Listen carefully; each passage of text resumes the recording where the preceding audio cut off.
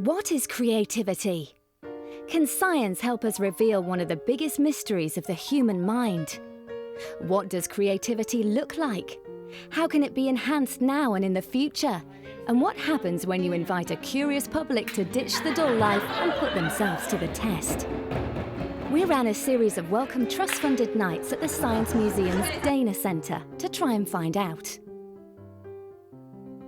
Neuroscientist Morten Kringelbach talked about how brain imaging technology offers scientists an astonishing insight into what's happening when we're being creative. Artist Annie Cottrell uses these images as inspiration to create her own artwork. But what about enhancing your own creativity? A technique called neurofeedback was demonstrated at one of the events.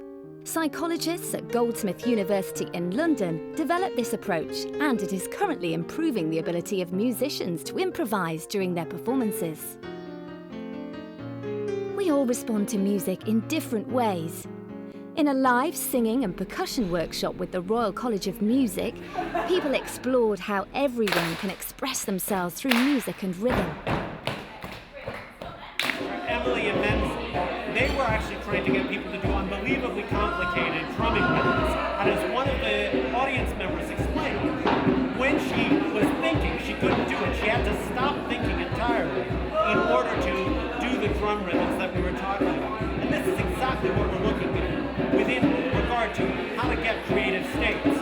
One of the things that was being talked about by Joe and Tony was that creative states may have to do with hypofrontality. That is, by thinking less control, and by allowing what would normally be unconscious processes to take over, to do what they need to do. There are lots of different ways to be creative.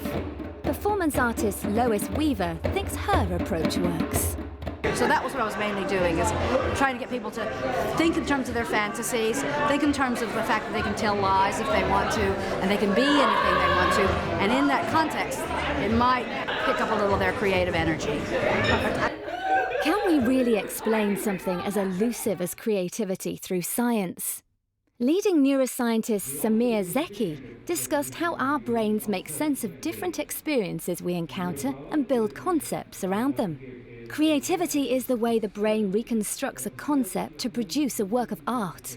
It can almost be seen as dangerous that science would attempt to pin down creativity, and without being here to listen to people talk about this, I think that might be your first impression, is that crazy scientists are out to understand creativity and measure our creativity. I don't think that's the case at all. I think it was put very eloquently that it can actually enhance your perception of the world if you understand better how you see the world. When are we at our most creative? Is it when we are trying to be, or does it come when we least expect it? From Paul McCartney to Albert Einstein, many famous people have claimed some of their greatest creations came to them whilst asleep. Artist Lizzie Burns got the audience to look at their dreams as a source of inspiration. She asked people to draw images from their dreams onto pillowcases to capture their most vivid and magical moments. So what we're going to be doing is actually trying to get some inspiration from our own dreams and really celebrate how creative our brains can be when we're fast asleep. Well, it's a time when kind of ideas that you're beginning to try to emerge can come together when you're asleep, and people can find kind of real solutions or come up with ideas. So dreaming sleep is more imaginative and plays a role in letting us turn thoughts and facts into fantasies. Usually full of nonsense, but sometimes producing unique ideas that wake us up with a triumphant aha. Dreamless sleep refreshes the brain, clears away confusions, and allows us to reassess problems the next day. Well, I mean, everybody's interested in sleep, aren't they? We spend about a third of our lives doing it. And either it's a complete waste of time or it's sort of somehow important, but we don't really know why it's important.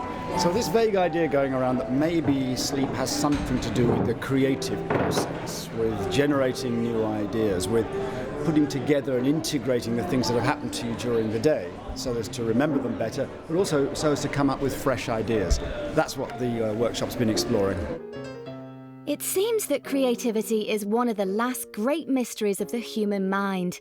Science is shining a light on what's going on and is beginning to provide methods to explain or measure creativity. But for now, we'll have to keep looking to the dreamers.